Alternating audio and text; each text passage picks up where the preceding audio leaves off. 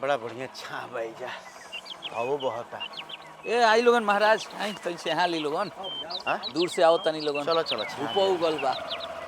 आई लगा दी होने बगलवा में गड़िया लगा दी हाँ बैठी बड़ी नु घाम भइल बा। हाँ आई ना हेने आई ना आराम से आई है जा आई आई लोगन अच्छा हाँ हेने आई ना हे साइड में आई ना ए ठीक बा। अच्छा बड़ा बढ़िया जगह बा। हाँ पीछे मंदिर बा अच्छा हाँ सब लोग आके गांव के लोग यही जा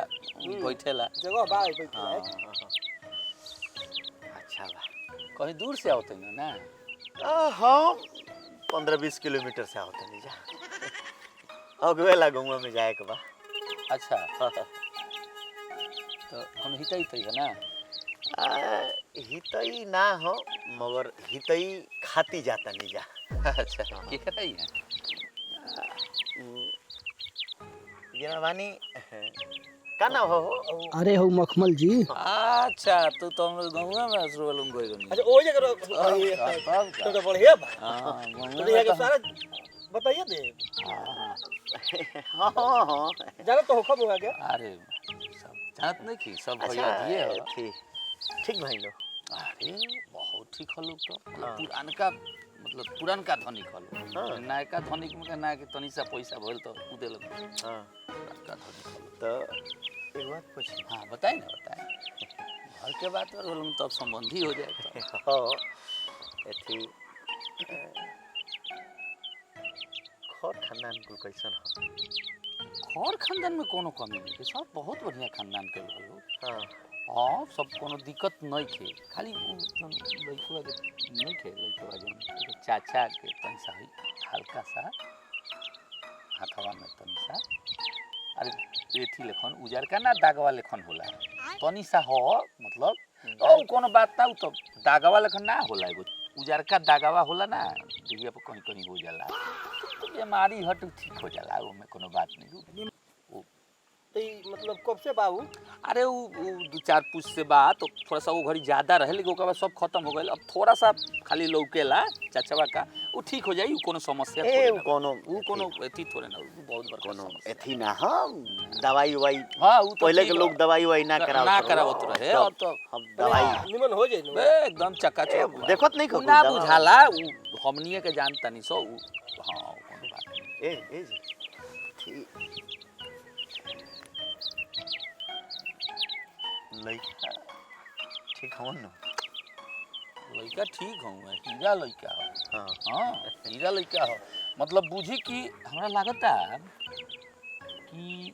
महीने के 60-70 हजार कमाल हाँ हाँ हाँ 60-70 हाँ हजार बतौल बतौल ठीक नु लेकिन एगो बात बा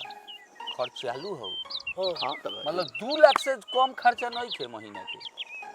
पूरा घर के ना लइकावा के महाराज कमाला 60-70 हजार 2 लाख चौर के खर्चा करेला खर्चालू लइका हो 60-70 हजार कमाला 2 लाख खर्चा ए करे तो कमी बा ओकरा महाराज एकर कथी के कमी बा 60-70 हजार उ कमाला ना कभी कभी मन करेला मान लेनी कि हित मित्र में खर्चा करे के बा ना पुरनका राजा महाराजा लेखन रहल बा तो ओकरा के मेंटेन करे के बा 60-70 हजार में कमा लेवेला को 2-3 महीना पर कहीं एक कट्ठा कहीं बेचा गई अरे तो कमी बा ना गहना के कमी बा ना जेवर के कमी बा ना जमीन के कमी बा लइका 2 गो बढ़ले बारे सो तो का होई उतना जमीन बिना महाराज तो जमीन बा तो बेची है जी बेचेला नानू ऐसे मेंटेन करेला लइका मतलब सामाजिक हतनी माने बेच के खर्चा करे ना उ कभी हो गई मतलब हमेशा थोड़े ना बेचेला हो गई कभी मतलब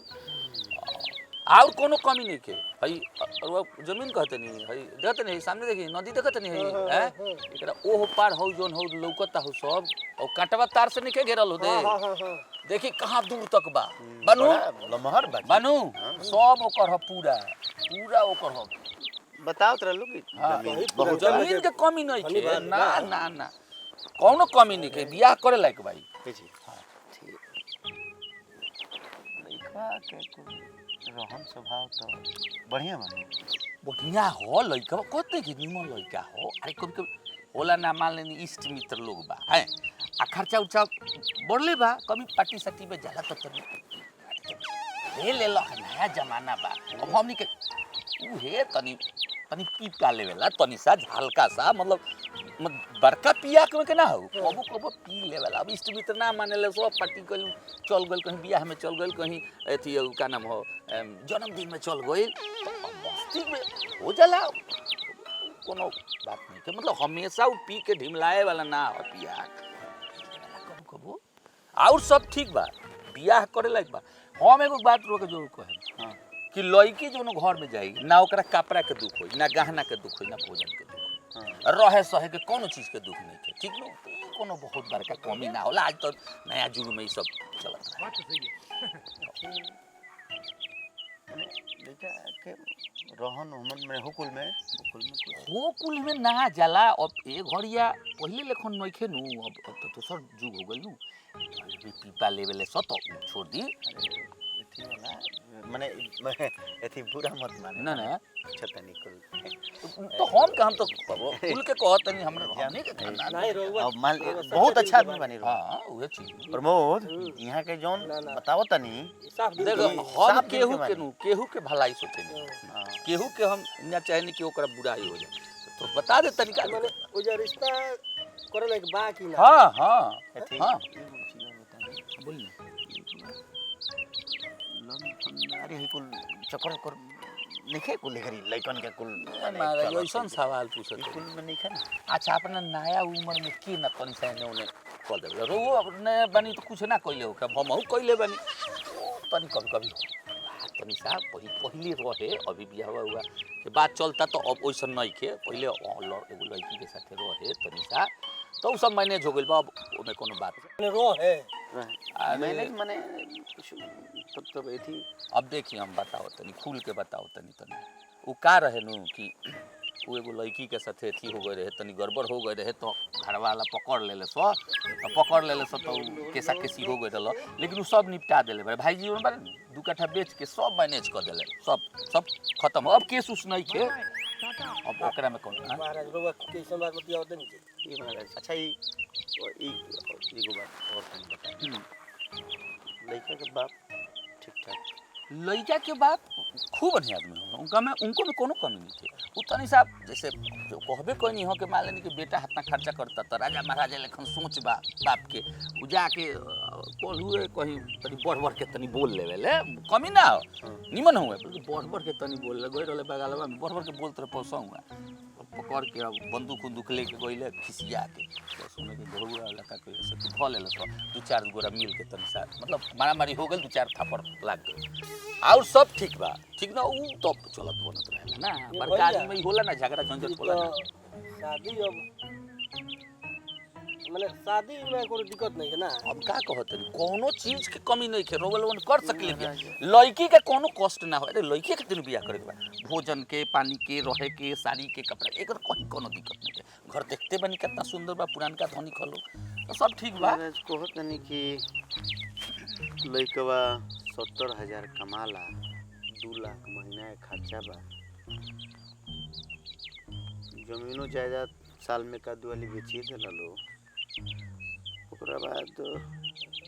लइकवा के कहत तनी कि कबो काल पी लेला नशा पताई कबो काल को लेला ओकरा बाद वो कहत तनी कि ओकर एने ओने चक्रो रहलो लइका के बाबूजी कोनो बात पर बंदूक निकाल लेले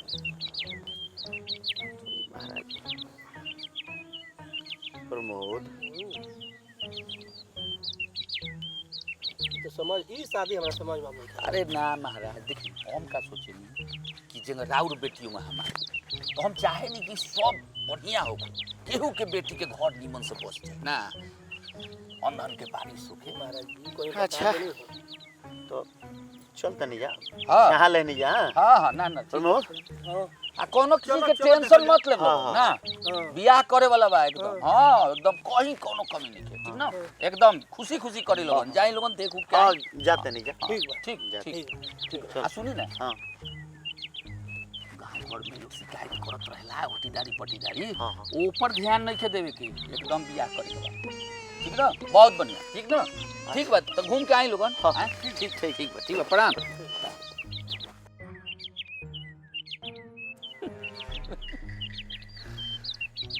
बियाह हो जाई। यहाँ में जिन हमरा से बनिए तेज उनका बेटा के तो बियाह हम ना होखे दे। जब तक जिए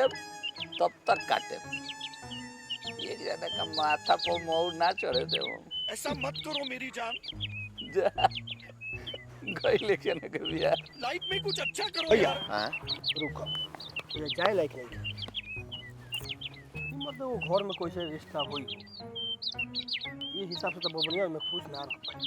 है बटे बियाह साफा कर ही लायक नहीं यहाँ खुल के कहत नहीं कि गांव के बात हाँ ई बात अब समझ लगे लड़का 70,000 कमाला 2 लाख के खर्चा नशा बटले बा जमीन बेचेबे करला गलत चक्कर बटले बाप खिसिया बंदूक निकल के बियाह कर ले ना ना ना ये तो कहो कि हमने निमन टाइम अरे पर आदमी भेटा- यहाँ के भेटा गई ना गनी तो जिंदगी बेकार हो जात बबनिया। आ देखो कहतो बानी करहूं लायक बा अरे तो खुल के ना की कहो हाँ, वैसे कहनी कोई कुछ मत कर। झगड़ा हो जाए मारा मारी हो जाए गांव में बिया ना। घर बतिया में बंदूक जब निकालता चलो बबनिया खुश ना ना रही ना